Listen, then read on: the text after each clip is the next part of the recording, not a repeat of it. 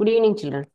10th standard சயின்ஸ்ல நம்ம என்ன லெசன் பார்த்துட்டு இருக்கோம் அப்படின்னு சொன்னா origin and evolution of life அப்படிங்கிற லெசன் தான் பார்த்துட்டு இருக்கோம். அதுல இன்னைக்கு பார்க்க போற chapter theories of evolution.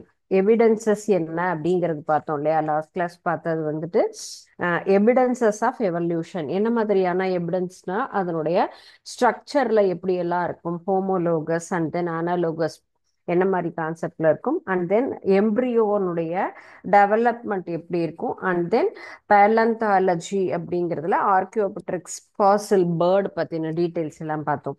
So இப்போ நம்ம பார்க்கறது வந்து theories of evolution. Theories of எவல்யூஷன்ல ஃபர்ஸ்டா நம்ம பார்க்கறது வந்து லாமார்க்கிசம். இந்த கொஷின் வந்து நமக்கு அடிக்கடி கேட்கறது.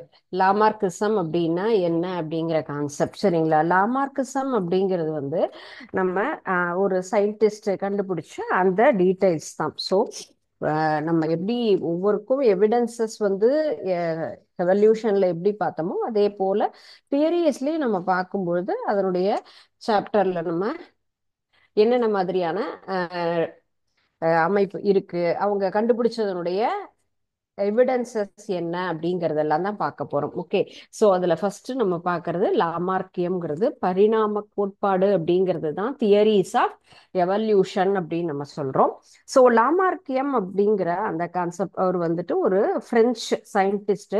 அவர் வந்து இந்த எவல்யூஷனை பத்தின எல்லா டீட்டெயில்ஸுமே சொல்லியிருக்காங்க. ஸோ ஒவ்வொரு டீட்டெயில்ஸும் எவ்வாறு வந்தது, மரபு வழியாக வந்ததா, எந்த மாதிரி வந்தது அப்படிங்கறத பாயிண்ட் வைஸ் நம்ம பார்க்கலாம்.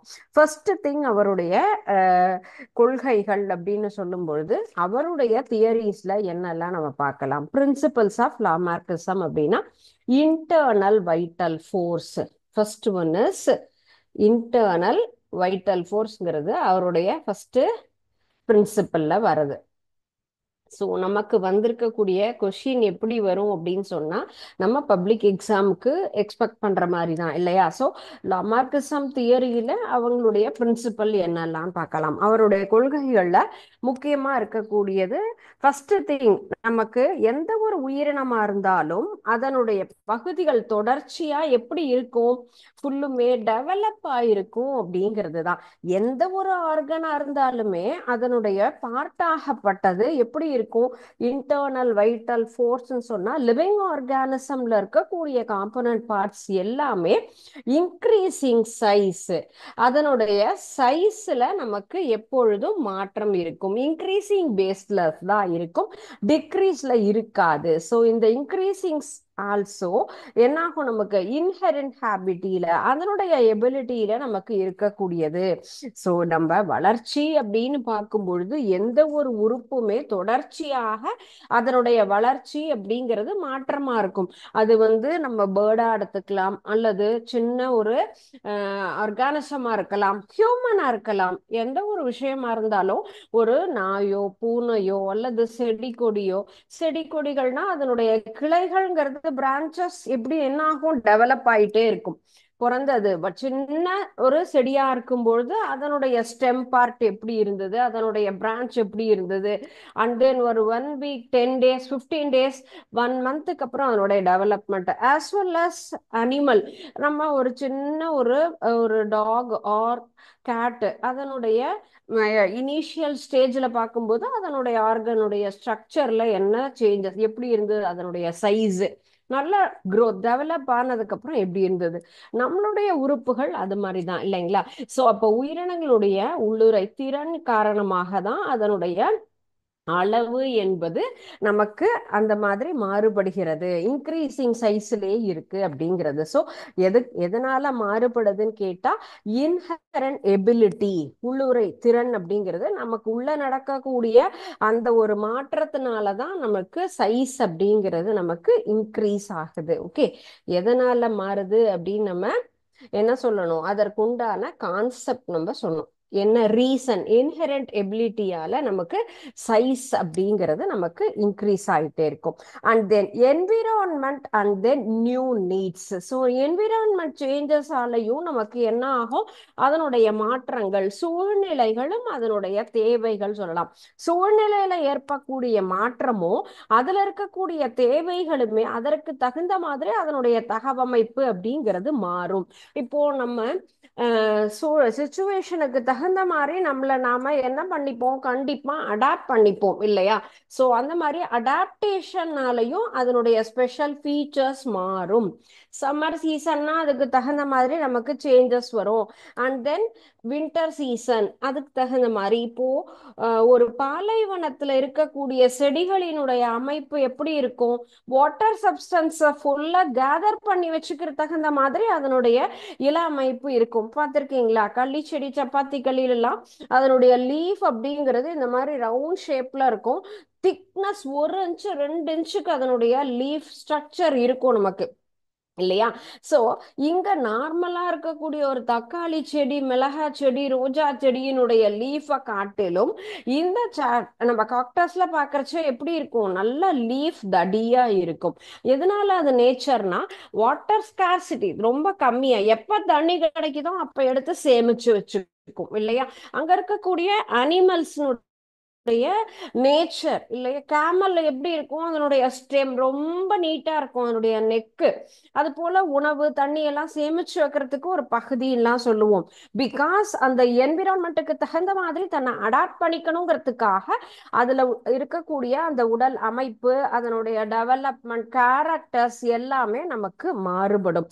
அதனாலயும் அதனுடைய சேஞ்சஸ் நமக்கு. அதுதான் environment and then new needs. நம்ம ஒரு பிளேஸுக்கு போகிறோம் அப்படின்னாலும் அப்படிதான் இல்லைங்களா? நம்ம அந்த சுச்சுவேஷனுக்கு தகுந்த மாதிரி, இப்போ ஃப்ளட் வருது அப்படின்னு சொன்னா என்ன பண்ணுவோம், ப்ரிகாஷனா நமக்கு என்னென்னலாம் தேவை, நமக்கு வாட்டர் ஃபில் பண்ணி வச்சுக்கணும், எமர்ஜென்சி மெடிசன் வேணும், ஃபுட்டு வேணும். இந்த சேஃப்டி மெஷர்மெண்ட் என்னங்கிற அவேர்னஸ் எல்லாருக்கும் தெரிஞ்சு நம்ம மாறிக்கிறோம். அந்த பிகாஸ் வரப்போறத ஃபேஸ் பண்றது, அந்த என்விரான்மெண்ட்டுக்கு தகுந்த மாதிரி அடாப்ட் ஆகிறோம். நம்மளுடைய பாடி கண்டிஷன் அப்படி மாறு இல்லையா, இதுக்கு இந்த மாதிரி போதும் அப்படிங்கிற மாதிரி. ஸோ இதுக்கு தகுந்த மாதிரியும் நம்மளுடைய சேஞ்சஸ் இருக்கும். And then use and disuse. Use and disuse அப்படிங்கிறது நமக்கு எவ்வாறு நாம பயன்படுத்துகிறோமோ அதை பொறுத்து தான் அதனுடைய வளர்ச்சி மாறுபாடு. ஒரு பழமொழியே சொல்லுவாங்க இல்லையா, நம்ம எந்த ஒரு பொருளையும் பயன்படுத்தாம இருந்தோம்னு சொன்னா கண்டிப்பா துருபிடிச்சு போயிடும். அது நம்மளுடைய மூளையா இருந்தாலும் சரிதான் அப்படிங்கிற மாதிரி சொல்லுவாங்க. பிகாஸ் யோசிக்காமையே, எதுக்குமே ஸ்ட்ரெயின் பண்ணிக்காம, டேக் இட் ஃபார் ஈஸி, எல்லாத்துக்கும் ரொம்ப எளிதா நம்ம ஈஸியா போயிட்டே இருந்தோம். எந்த இதுக்குமே யூஸ் பண்ணவே இல்லை. எதையும் யோசிக்காம எந்த ஒரு செயலும் செய்யாமையே இருந்தோம்னா கண்டிப்பாக அந்த செயல்பாடுங்கிறது குறைஞ்சிரும். அதுக்காக தான் என்ன சொல்லுவாங்க, நமக்கு பிரெயின்ல எல்லா பார்ட்டுமே ஒர்க் ஆகணுங்கிறதுனால ரைட் சைடு மட்டுமே எல்லா ஒர்க்கையும் பண்ணாதீங்க, லெஃப்ட் சைடும் பண்ணுங்க. மொரோவர் இந்த லெஃப்ட் ஹேண்ட்ல இருக்கக்கூடிய அந்த எழுதுற பழக்கம் உள்ளவங்க எல்லாம் நிறைய அவங்களுடைய எபிலிட்டி, அவங்களுடைய intellectual character as well as அவங்கள வந்துட்டு நிறைய அந்த இசை திறன், டிராயிங் கெப்பாசிட்டி அதெல்லாம் அதிகமா இருக்கும். ஏன்னா அந்த மாதிரி வலதுபுறமும் இடதுபுறமும் இருக்கக்கூடிய எல்லா பகுதிகளையும், மூளை பகுதிகளும் நம்ம யூஸ் பண்றோம். வலது கையிலேயே எல்லா வேலையும் செய்யக்கூடாது. மார்னிங்ல இருந்தே அதை நம்ம ப்ராக்டிஸ் கொண்டு வரணுங்கிறதுனால லெஃப்ட் ஹேண்டால பிரஷ் பண்ணுங்க. ஏதாவது லிஃப்ட் பண்ணணும்னா லெஃப்ட் ஹேண்டால லிஃப்ட் பண்ணுங்க. இந்த மாதிரி வலது கைக்கே ஃபுல்லா ஒர்க்கை கொடுக்காம லெஃப்ட் சைட்லயும் நம்ம என்ன பண்ணணும், எல்லா ஆர்கன்ஸும் ஃபங்க்ஷன் ஆகணும், எல்லா வேலைகளும் செய்யணும்னு சொல்லுவாங்க. அது மாதிரிதான் யூஸ் அண்ட் டிஸ்யூஸ் தியரி அப்படின்னு சொல்லக்கூடியதும், நம்ம தொடர்ந்து ஒரு ஆர்கனை எந்த ஒரு இதை பயன்படுத்துறோமோ அது நமக்கு கரெக்டா ஃபங்க்ஷன் ஆகும்.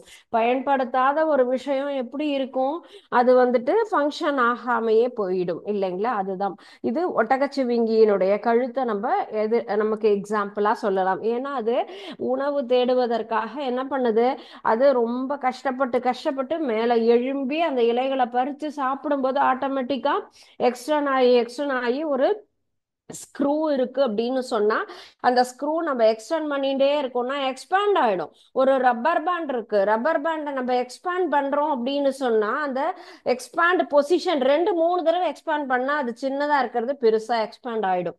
நேச்சர் அந்த மாதிரி மாறிடும் இல்லையா? அது போலதான் ஆர்கனும் தொடர்ச்சியா அது முன்னங்காலையும் கழுத்தையுமே என்ன பண்ணுது, அது ரொம்ப ஸ்ட்ரெயின் பண்ணி அது உணவை தேடும் பொழுது ஆட்டோமேட்டிக்கா அதனுடைய வளர்ச்சி அப்படிங்கிறது அதிகமாயிடுது. ஸோ இது வந்துதான் யூஸ் அண்ட் டிஸ்யூஸ், நம்ம பயன்பாடு மற்றும் பயன்படுத்தாமை கோட்பாடு அப்படின்னு சொல்லும் பொழுது உறுப்புகளினுடைய பயன்பாடும் அதனுடைய இயலாமை. நம்ம உறுப்பை தொடர்ச்சியா பயன்படுத்துறோம்னா நல்ல வளர்ச்சி அடையும், ஸ்ட்ராங்காவும் இருக்கும். எதுவுமே யூஸ் பண்ணல அப்படின்னு சொன்னா அப்படிதான் இருக்கும். ஒரு சிலருடைய ஹேண்ட் எல்லாம் பார்த்தா ரொம்ப ரஃப்பா இருக்கும், ஒரு சிலர் ரொம்ப சாஃப்டா இருக்கும். பிகாஸ் அவங்க எந்த ஒரு ஹார்ட் ஒர்க்குமே பண்ணியிருக்க மாட்டாங்க. ஈவன் டிரைவ் பண்ணும்போது கூட நம்ம டிரைவ் பண்றோம்னு சொன்னா என்ன ஆகும், கையெல்லாம் ரஃப் ஆகும் இல்லையா? அந்த மாதிரி செயல்கள்லாம் செய்யும் பொழுது கைக்கு ஸ்ட்ரெயின் கொடுத்தா சாஃப்ட்னஸ் நமக்கு குறையும். எந்த ஒரு ஒர்க்குமே இல்லாம ரொம்ப சிம்பிளான ஜென்டிலான ஒர்க் பண்றோம் அப்படின்னு சொன்னா எல்லாம் ஃபிளிம்சியா இருக்கும். அதுதான் பயன்படுத்தினா நம்மளுடைய உறுப்புகளும் அதனுடைய தன்மையும் கண்டிப்பா மாறுபடும். அடுத்தது மரபு வழியாக ஜெனட்டிக் நேச்சர் அப்படின்னு நம்ம சொல்லலாம் இல்லைங்களா? ஸோ இன்ஹெரிட்டன்ஸ், அப்போ தொடர்ச்சியாக அடுத்தடுத்து வரக்கூடிய தலைமுறையில இருக்கக்கூடிய அந்த ஒரு மாற்றங்கள், அப்போ அதுல வரக்கூடிய டெவலப்மெண்ட்டோ அதனுடைய ஸ்ட்ரக்சர் அடாப்டேஷன்ஸ் எல்லாம் நமக்கு மாறுபடும். அதுதான் நம்ம என்ன சொல்றோம், அக்வயர்ட் கேரக்டர்ஸ் அப்படின்னு சொல்லுவோம். அக்வயர்ட் கேரக்டர்ஸ்னா நமக்கு சூழ்நிலைக்கு தகுந்த மாதிரி தங்களுடைய வாழ்நாள்ல அதனுடைய பண்புகள் எல்லாத்தையுமே என்ன சொல்றோம், பெறப்பட்ட பண்புகள் அப்படின்னு சொல்லலாம். இதுதான் மரபு வழியாக பெறப்பட்டதுன்னு சொன்னா சூழ்நிலை போது ஏற்படக்கூடிய அந்த மாற்றங்களும் என்ன ஆகும், அதற்கு எதிர்வினை புரிஞ்சு செயல்படும். அந்த மாதிரி எதிர்வினை புரியும் பொழுது அந்த சூழ்நிலை மாற்றங்களுக்கு ஏற்ப விலங்குகள் அந்த எந்தெந்த பண்புகள்லாம் ஏற்றுக்கொள்ளப்பட்டதோ அதை தான் பெறப்பட்ட பண்புகள் அப்படின்னு நம்ம சொல்லுவோம். அடுத்து என்ன ஆகும், மீண்டும் அது அடுத்த சந்ததியும் தொடரும். ஒரு சந்ததியில நம்ம அதை ஃபாலோ பண்றோம் ஒரு ஜெனரேஷன் சொன்னா அடுத்த ஜெனரேஷன்லயும் நம்மளால அதை தொடர்ச்சியாக அப்படியே அந்த ஜெனட்டிக் நேச்சர் என்ன ஆகும், ஜெனட்டிக் நேச்சர் கேரக்டர் அப்படிங்கிறது என்னது, இன்ஹெரிட்டன்ஸ் அப்படின்னு சொல்றோம்னா நம்ம என்ன செயல் செய்யறோமோ அந்த தன்மைதான் டிஎன்ஏல போய் அடுத்த ஜெனரேஷனுக்கு ஃபாலோ பண்ணுவாங்க. கழுத்து நீளமானதுன்னா ஒரு தலைமுறை மட்டும் ஒட்டகச்சிவிங்கி கழுத்து நீளமா இருக்கு, அடுத்த ஒட்டகச்சிவிங்கி ஷார்ட்டா இருக்கா, இல்ல எக்ஸ்ட்ரா ஆன ஒரு விஷயம் திருப்பியும் என்ன ஆகாது, ஷார்ட் ஆகாது. எக்ஸ்பேண்ட் ஆன ரப்பர் பேண்ட்னா திரும்பியும் சுருங்காது. அது போலதான் நம்முடைய பெறப்பட்ட பண்புகள் சூழ்நிலைக்கு தகுந்த மாதிரி எப்படியெல்லாம் நம்ம மாத்திக்கிறோமோ. இப்போ நான் ஃபாரின் கண்ட்ரிக்கு போறேன்னு சொன்னா அங்க இருக்கக்கூடிய சுச்சுவேஷனுக்கு தகுந்த மாதிரி நம்மளுடைய ஃபுட் சிஸ்டம் எல்லாம் நம்மளுடைய பாடியே மாறிடும். அங்க வந்து டே அண்ட் நைட் சிஸ்டம் மாறும். அங்கிருந்து இங்க வர்றவங்க எல்லாமே ரொம்ப டிஸ்டர்பா ஃபீல் பண்ணுவாங்க. பிகாஸ் அங்க ஒரு கரெக்ட் டயத்துல அவங்களுக்கு ரெகுலர் லைஃப் ரொட்டீனா போயிட்டு இருக்கும். இங்க வரும் பொழுது இங்க இருக்கக்கூடிய சூரிய உதயம் மாற்றம் எல்லாம் மாறும்போது அவங்களுக்கு மாறுபடும். அவங்களுடைய ஆர்கன் சிஸ்டம் அதே மாதிரி அடாப்ட் ஆயிருக்கும், டைஜஷன் ஆகட்டும் எல்லாமே. அந்த மாதிரி சூழ்நிலைக்கு தகுந்த மாதிரி மாறின விஷயங்களை திருப்பியும் மாத்துறதுங்கிறது முடியாது. ஜெனட்டிக் நேச்சரா அது மாறவே மாறாது. அதுதான் inheritance of acquired character. So Lamarckism அப்படின்னா நமக்கு லாமார்க்கிசம்ல அந்த பரிணாம கோட்பாட்டுல லாமார்க்கியத்துல என்னென்ன கொள்கைகள்லாம் இருந்தது அப்படிங்கிறது, சூழ்நிலைக்கு தகுந்த மாதிரி மாற்றம், புதிய அமைப்பு இருக்கு, அது போல புதிய அமைப்பு உருவாகும். பயன்படுத்தக்கூடிய உறுப்புகள் வழியாக மரபு வழியாக பெறப்பட்டது புதிய சிற்றினம் உருவாகக்கூடிய ஒரு விஷயம் சொல்லலாம். அண்ட் நெக்ஸ்ட் பயன்படுத்தாத உறுப்புகள் அப்படிங்கிறதும் என்ன ஆகும், அது அப்படியே செயலிழந்து போயிடும். அந்த மாதிரி அமைப்புகளும் சிதைவடையக்கூடியது. ஸோ டார்வினியத்துல அடுத்தது இப்போ லாமார்க்கிசம் அப்படின்னு சொன்ன மாதிரியே அடுத்த கான்செப்ட் நம்ம பார்க்கறது வந்துட்டு Darwinism or theory of natural selection. So இதுவும் அடுத்த ஒரு நமக்கு இருக்கக்கூடிய நெக்ஸ்ட் சாப்டர். இந்த கொஸ்டினும் எக்ஸ்பெக்ட் பண்ணலாம். நேச்சுரல் செலக்ஷன் இயற்கையாக நமக்கு எவ்வாறு அதனுடைய மாறுபாடு, இப்போ பரிணாம கோட்பாட்டுல நமக்கு லாமார்க்கிசம் அப்படின்னு எப்படி பார்த்தோமோ அது போல டார்வனியம் அல்லது இயற்கை தேர்வு கோட்பாடு அப்படின்னு நம்ம சொல்லுவோம். Okay, Darwinism or natural selection. இது இந்த ஒரு அமைப்புல இதுல என்னென்ன கொள்கைகள்லாம் இருக்கு அப்படின்னு கேட்டா, இனப்பெருக்க திறனை பொறுத்து இருக்கு. வாழ்க்கையில இருக்கக்கூடிய ஒரு மாற்றங்கள், அதுல வரக்கூடிய ஸ்ட்ரகிள்ஸ் எல்லாம் என்ன மாதிரி இருக்கும், and then variation, survival fittest or survival, natural selection, இதெல்லாம் தான் இதுல இருக்கக்கூடியது. ஃபர்ஸ்ட் ஒன் என்விரான்மெண்டல் சேஞ்சஸ்ல அதுல வரக்கூடிய new structure, and next one is development of new structure, organs of use, inheritance and then adaptive characters. இது எல்லாமே என்ன நமக்கு அந்த ஒரு லாமார்கசத்துல இருக்கக்கூடிய பாஸ்டுலேட்ஸ் அப்படின்னு சொல்லக்கூடிய அந்த ஒரு இது நமக்கு ஒரு சின்ன ஒரு மைண்ட் மேப் மாதிரி கொடுத்துருப்பாங்க. அந்த மைண்ட் மேப் பார்த்தாலே நம்மளால என்ன பண்ண முடியும், அந்த டீடைல்ஸ் எல்லாமே எழுதலாம். நெக்ஸ்ட் நம்ம இந்த நேச்சுரல் செலக்ஷன்ல அந்த டார்வினிசத்துல வரக்கூடிய பிரின்சிபல்ஸ் என்ன அப்படின்னு கேட்டா, ஓவர் ப்ரொடக்ஷன் ஃபர்ஸ்ட் ஒரு கோட்பாடு. அவங்கள இருக்கக்கூடிய கொள்கையில நம்ம வந்து அதிகமாக இனப்பெருக்க திறன், உயிரினங்கள் எல்லாமே அதனுடைய உயிரினத்தை அடுத்த ஒரு தலைமுறையை உருவாக்குவதில் அதிகமான ஒரு இனப்பெருக்க திறன் இருக்கக்கூடியது, தங்களுடைய சந்ததியில உருவாக்குறதுக்காக அதிகமான அவங்களுக்கு இருக்கக்கூடிய ஒரு கெப்பாசிட்டிங்கிறது அதிகமா இருக்கு. அது எப்படி நம்ம வந்து யூஸ்வலா அதை கால்குலேட் பண்றோம்னு சொன்னா, மல்டிப்ளை இன் ஜாமெட்ரிக்கல் நேச்சர், பெருக்கல் விகித முறையில இனப்பெருக்கம் செய்யக்கூடிய ஆற்றல் ரொம்ப அதிகமாக இருக்கும். அந்த இனப்பெருக்க திறனை அதிகரித்து அதனுடைய உற்பத்திக்கு என்ன பண்ணுது, வழிவகுக்குது. இப்போ எந்த ஒரு நேச்சர் நமக்கு நிறைய இருக்கோ அதை என்ன பண்ணுவோம், செயல்படுத்துவோம் இல்லைங்களா? அது போலவே ஒவ்வொரு இந்த ஆர்கானிசம் எல்லாத்திற்கும் என்ன நேச்சர் இருக்கு, ஓவர் ப்ரொடக்ஷன், அதிகமாக இனப்பெருக்கம் செய்யக்கூடிய ஒரு திறன் இருக்கிறதுனால அதிகமா இனப்பெருக்கம் நடைபெறுகிறது. ஒவ்வொரு அனிமல்ஸுக்கும் ஒரு ஒரு மாதிரி நேச்சர் இருக்கும். இப்போ பூனை, நாய், பிக்கு இதெல்லாம் பாத்தீங்கன்னு சொன்னா எவ்வளோ இருக்கும், நிறைய. இப்போ ஆடு மாடுகள் அப்படின்னு சொன்னா அந்த அளவுக்கு அவங்களுக்கு இல்லை, சாதாரணமா ஒன்று அல்லது இரண்டு தான். இதே பிக்கோ நாயோனா 4, 5, 6 அந்த மாதிரி தான். Each and every time they reproduce. அடுத்த ஒரு சந்ததிங்கிறது அதனுடைய numbers, because their own capacity is like that. அவர்களுடைய நேச்சர் அந்த மாதிரி இருக்கு.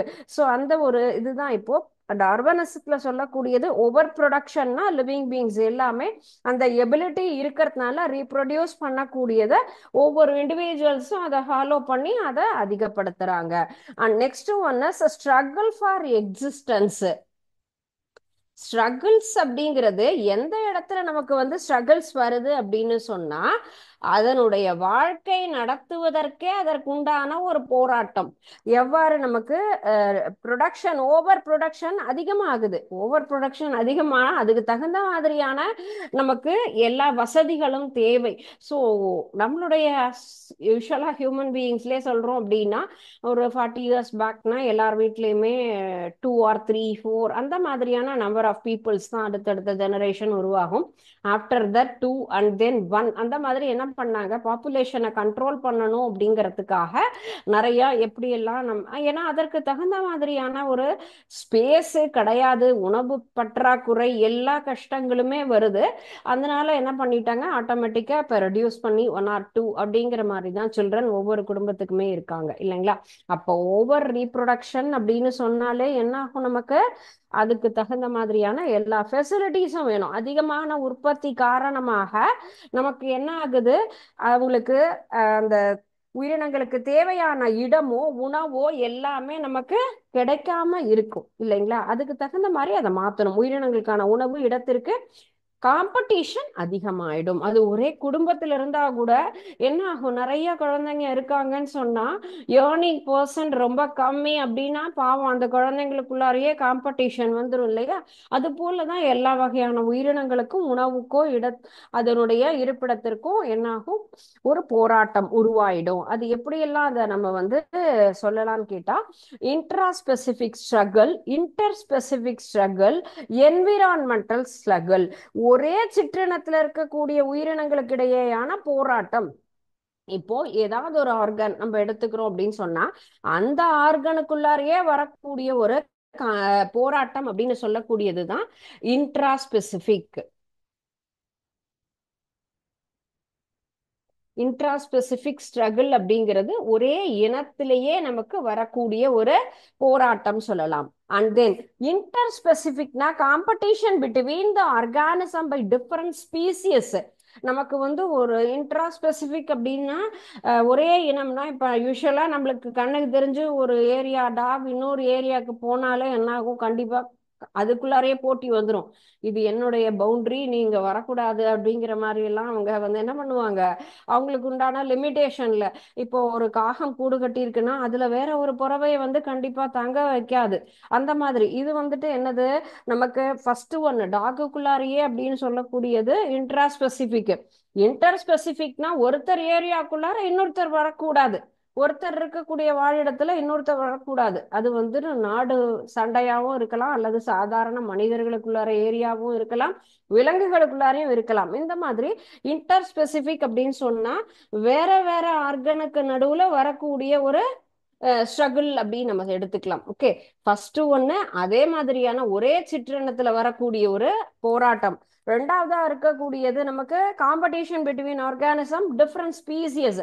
என்விரான்மெண்டல் ஸ்ட்ரகிள்னா நேச்சுரல் கண்டிஷனுக்கு தகுந்த மாதிரி நமக்கு அதுல வெள்ளமோ புயலோ வருதுன்னு சொன்னா அப்போ என்ன ஆகும், ஓரிடம் விட்டு ஈரிடம் கண்டிப்பாக சூழ்நிலை காரணமாக நம்ம என்ன பண்றோம், அதனுடைய வாழ்வியல் பாதிக்கும். அப்ப என்ன, நமக்கு ஒரு இடத்துல இருந்து இன்னொரு இடத்துக்கு மூவ் ஆவாங்க இல்லையா, அப்ப வரக்கூடிய போராட்டம் இதுதான் என்விரான்மெண்ட் சேஞ்சஸ். நமக்கு ஒரு இடத்துல நிலநடுக்கம் வருது, புயல் வருது, ஸோ அங்கிருந்து என்ன பண்றோம், வேற ஒரு இடத்துக்கு ரீப்ளேஸ் ஆகிறோம். அப்படி ஆகும்போது மனிதர்களுக்கிடையே என்ன ஆகும், ஐயோ நம்ம ஏரியாவுக்கு வந்துட்டாங்கப்பா, நமக்கு இனிமே இவ்வளவு பிரச்சனைகள் வரும், தண்ணி கஷ்டம் வந்துடும் அப்படின்லாம் நம்ம யோசிப்போம் இல்லையா. ஸோ அப்ப இந்த என்விரான்மெண்டால வரக்கூடிய ரீப்ளேஸ்மெண்டால வரக்கூடிய ஸ்ட்ரகிள் இன்டர்ஸ்பெசிபிக் அப்படின்னு சொல்றச்சு வேற வேற உயிரினங்களுக்கு நடுவுல. இன்ட்ராஸ்பெசிபிக் அப்படின்னு சொல்லும் பொழுது ஒரே இனத்திலேயே ஒரு காம்படிஷன் வரக்கூடிய விஷயம். ஸோ இதுதான் நம்ம ஸ்ட்ரகிள் ஃபார் எக்ஸிஸ்டன்ஸ் அப்படிங்கிறத கான்செப்ட்ல சொல்லக்கூடிய அந்த ஒரு கொள்கைன்னு சொல்லலாம்.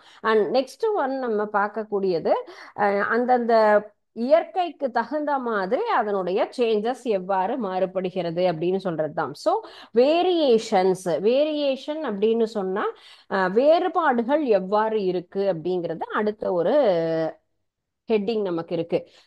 அவருடைய கொள்கையில நெக்ஸ்டா இருக்கிறது தான் வேரியேஷன்ஸ். வேரியேஷன் அப்படின்னா என்ன, வேறுபடும் தன்மை அப்படின்னு நம்ம சொல்லுவோம் இல்லையா.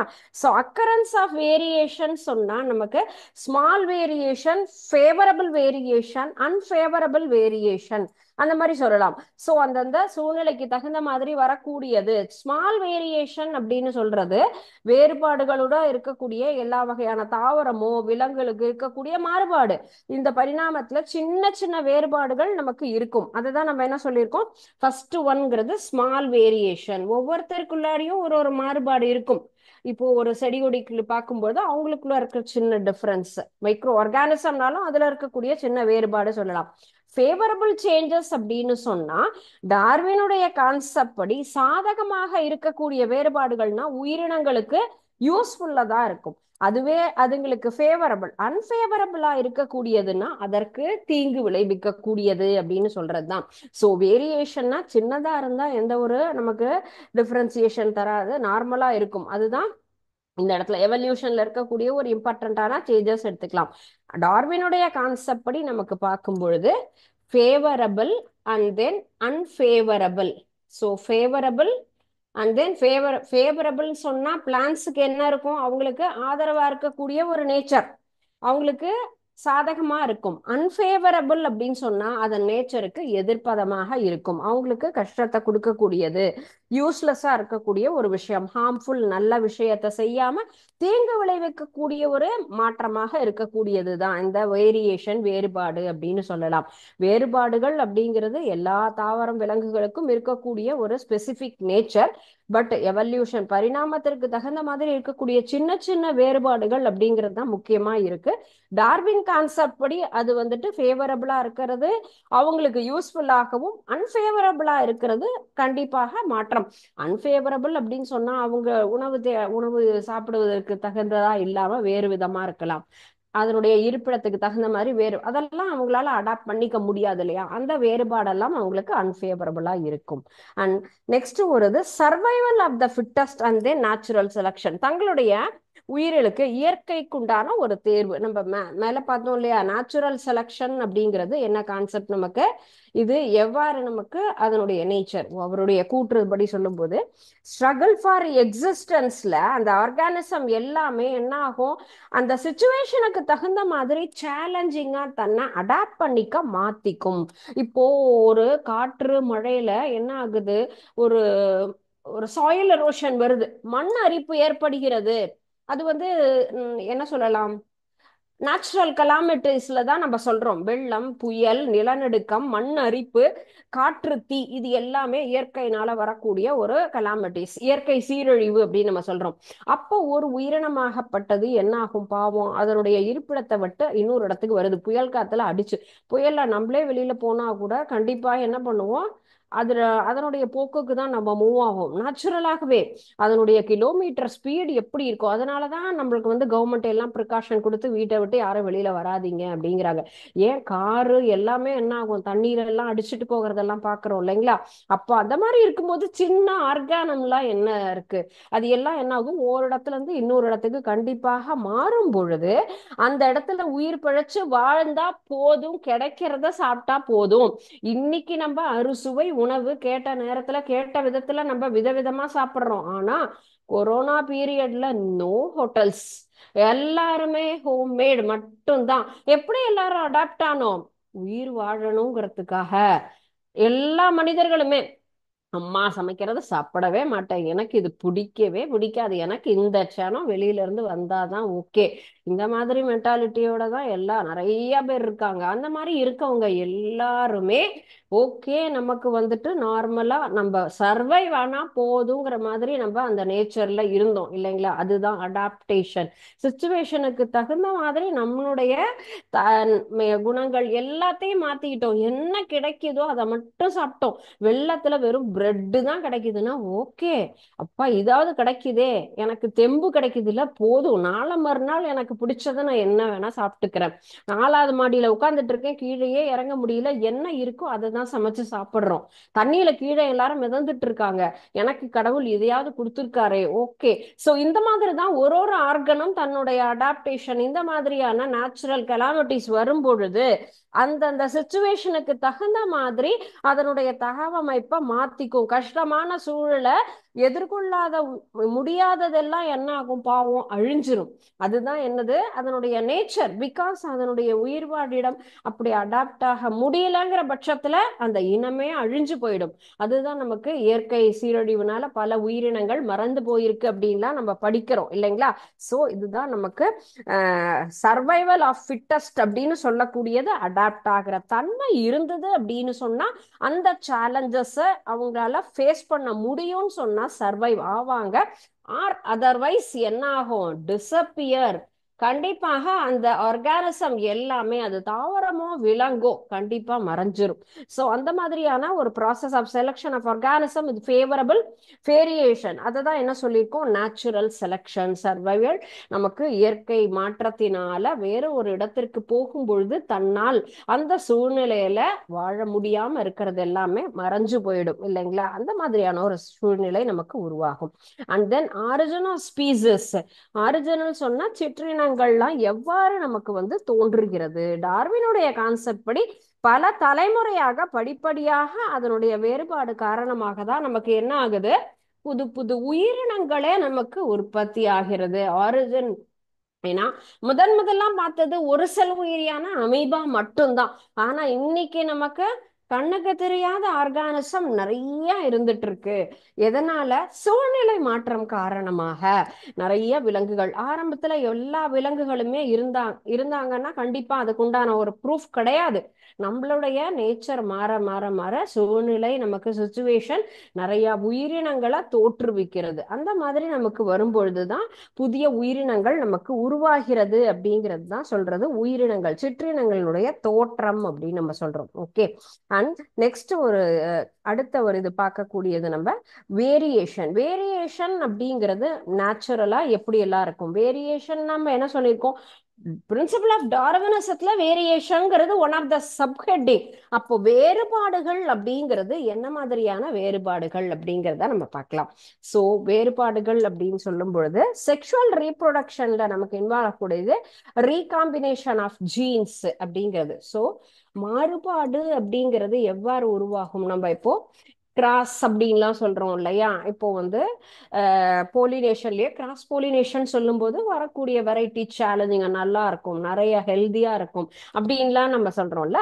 அது போலயே நமக்கு ரீப்ரொடக்ஷன்லயே என்ன ஆகும்? மாறுபாடு. வேறுபாடுகள் என்பது எவ்வாறுன்னு சொன்னா மைட்டாசிஸ், மியாசிஸ் இந்த மாதிரி நிறைய இனப்பெருக்கம் இருக்குல்ல. அப்ப மியாசிஸ் இருக்கக்கூடிய அந்த பாலினப்பெருக்க செல்ல அதுல வரக்கூடிய ஜீன் எல்லாமே அடுத்த ஒரு ஜெனரேஷனை உருவாக்குறதுக்கு தான் நமக்கு ஹெல்ப் பண்றாங்க. ஸோ எக்ஸ்டர்னல் ஸ்ட்ரக்சர்ஸ் எல்லாமே என்ன ஆகும்? அதே மாதிரி வரும். எல்லாம் ஒரே மாதிரி தான் வருமா? கண்டிப்பா எல்லா ஜீனுமே நமக்கு வந்துட்டு அதே போல இருக்குமா? ஒரு சில புறத்தோற்றம் மட்டும்தான் அந்த அந்த கேரக்டரை டிட்டர்மைன் பண்ணுமே தவிர நாட் ஃபார் ஜெராக்ஸ். ஜெராக்ஸா எல்லாரும் கண்டிப்பா இருக்க மாட்டோம் இல்லையா?